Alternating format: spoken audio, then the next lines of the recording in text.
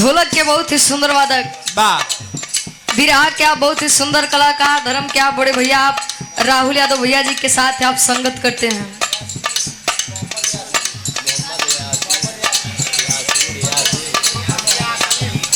आप धर्म के हमारे बड़े भैया आप मोहम्मद आसिर, उल्टा सीधा बतावत। अच्छा यासिर, यासिर मियां बाहर आसिर बतावत।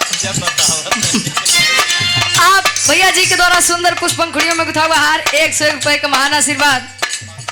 माई भगवती आपके वादकी में 4 चांद लगावे, जहाँ भी रहे नाम कमाए। काहे कि नाम बनावे में बड़ा समय चला जात, लेकिन बिगड़ई में समय नहीं लागत। विजय भैया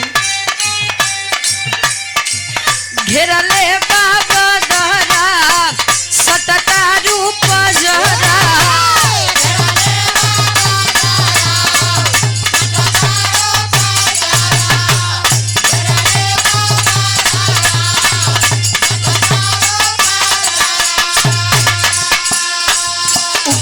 से कइले बारू काला काला कजरा, ऊपरा से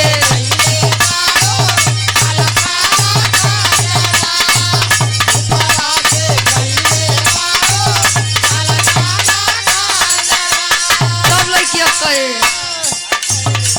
चमके बिजुरिया ए हो संवरिया, झम झम पानी बरसता।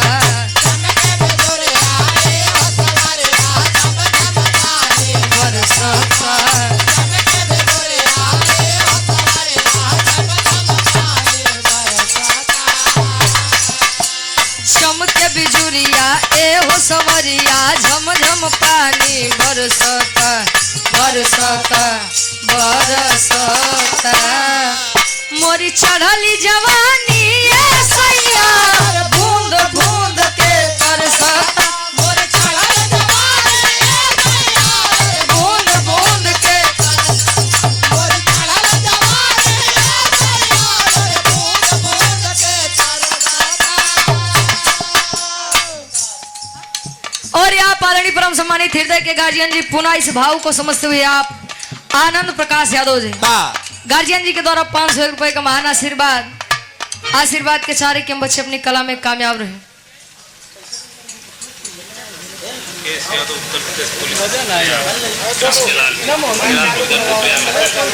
जलालपुर की पावन धरती से आप हृदय के गार्जियन जी परम आदरणीय परम सम्मानित आप मुकेश लाल यादव जी भैया जी, आप प्रयागराज में उत्तर प्रदेश पुलिस प्रयागराज में आप कार्यरत हैं। आपके द्वारा सुंदर पुष्प पंखुड़ियों में गुथा हुआ हर 500 रुपए का महान आशीर्वाद, आशीर्वाद के चारे के बच्चे अपनी कला में कामयाब रहे। एक स्वर में सबके नमस्ते प्रणाम स्वीकार हो।